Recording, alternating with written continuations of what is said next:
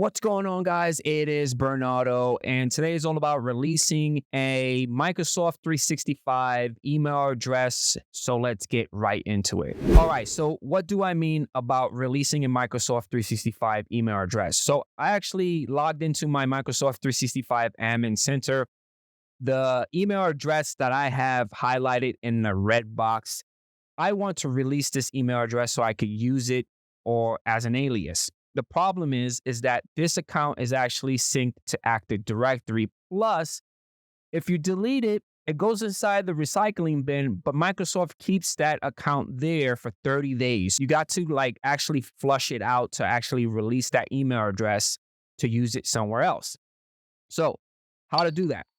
So I went inside my Active Directory. I located the account that I wanted to delete. I right-clicked on it. I clicked on delete, and it gave me a nice little warning. Yes, I want to delete it. So click on yes. It's gone. So within my Active Directory, this is where I have my Azure AD Connect. So I actually open up PowerShell. So I clicked on Start. Within here, I right-clicked on Windows PowerShell ISE.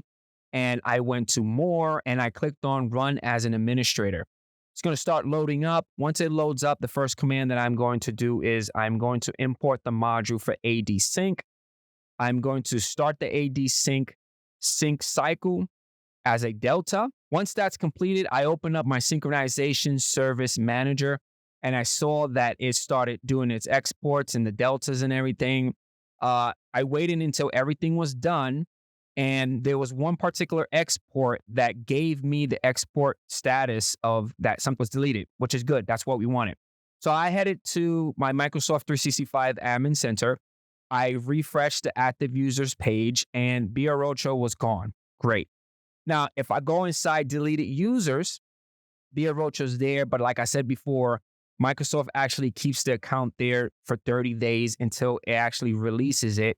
And I'm able to use that email address to another account as an alias or something else.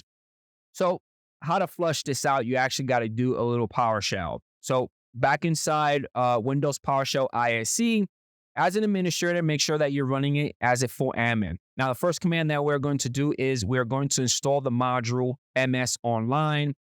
Once you run this command, it's going to install all the modules that you need.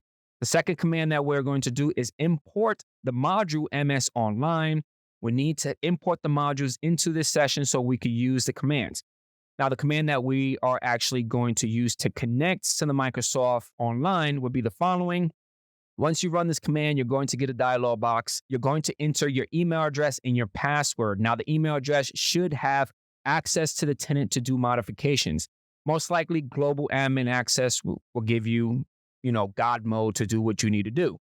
Once you establish the connection, the next command is this one. This is the one that's actually going to remove that account from the recycling bin. We're going to use the command of remove MSOL user with a parameter of user principal name and the email address of the account that you want to flush out of the recycling bin. Now, to finish it off, we're going to use a parameter of remove from recycling bin. Once you run that, you're going to get a nice little confirmation dialog box. Click yes here, and you're done. If you head back into your Microsoft 365 Admin Center and you refresh this page right here where it says deleted users, it is gone, and that's a good thing. Now you're able to use that email address as an alias or create another account with that email address, and that's it. Hopefully you guys enjoy this video, and I catch you guys on the next one. Peace out.